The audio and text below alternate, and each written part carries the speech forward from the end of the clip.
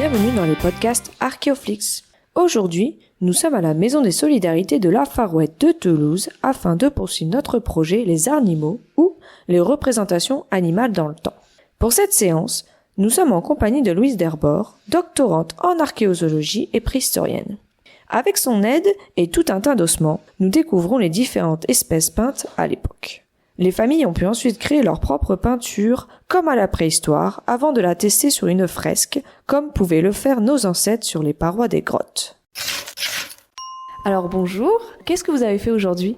Alors, on a découvert entre les images et retrouvé les ossements qui correspondaient à l'image au niveau des animaux de l'époque. Et également, ce que j'ai beaucoup apprécié, c'est au niveau des couleurs. Qu'est-ce qu'ils rajoutaient dans l'argile ou dans les pierres, que ce soit la salive, que ce soit le gras de la moelle aussi. Franchement, très sympa. Aujourd'hui, on a fait beaucoup de choses. On a appris comment construire une peinture, comment peindre si on ne sait pas. J'ai appris tout ça. Ça m'a fait très plaisir d'apprendre tout ça.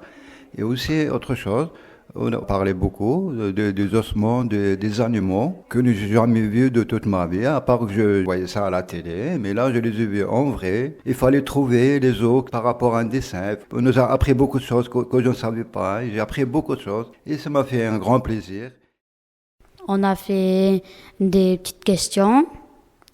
On a fait des dessins sur le mur. On a appris les différentes couleurs qu'ils utilisaient, les hommes de la préhistoire. Et ensuite, on a fait la peinture, on a dessiné. Qu'est-ce que vous avez préféré faire ? La peinture. Et mélanger les couleurs, rajouter du miel, du gras. Franchement, c'était très cool. Eh bien, les deux.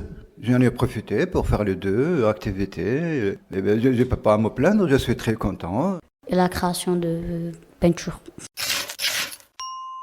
Vous avez une petite anecdote, quelque chose que vous avez retenu sur la fabrication de la peinture ou les animaux aujourd'hui ? La différence entre les ossements d'un bébé et d'un adulte, et aussi au niveau de ce qui est dentition, qu'est-ce qu'il mangeait, les dents qui pouvaient être usées à force de broyer l'herbe aussi. Mais j'ai tout retenu, pour moi, j'ai tout compris, ce qu'on a partagé aujourd'hui.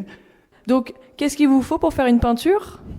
Il nous faut de l'eau, il nous faut du miel, il nous faut de la poudre qu'on a mis, c'est de la peinture. Et avec ça, on remet bien. On ne met pas trop d'eau, pas trop pour que ce soit pas trop liquide, qu'on puisse peindre. Comment ils faisaient leur peinture ? En fait, ils utilisaient des pierres, ils les écrasaient. Après, ils leur mélangeaient avec leur salive et le miel. Et ensuite, ça leur faisait une petite peinture et dessinaient avec leurs doigts. C'était Amandine Amar pour un retour sur notre projet Les Arts Animaux ou les représentations animales au fil du temps. Merci à Louise d'être venue pour rencontrer les familles et d'avoir permis de comprendre un peu mieux le métier d'archéologue au travers de sa spécialité, faire parler les ossements d'animaux. Nous souhaitons remercier la Maison des Solidarités de la Farouette pour sa collaboration dans la mise en œuvre des actions.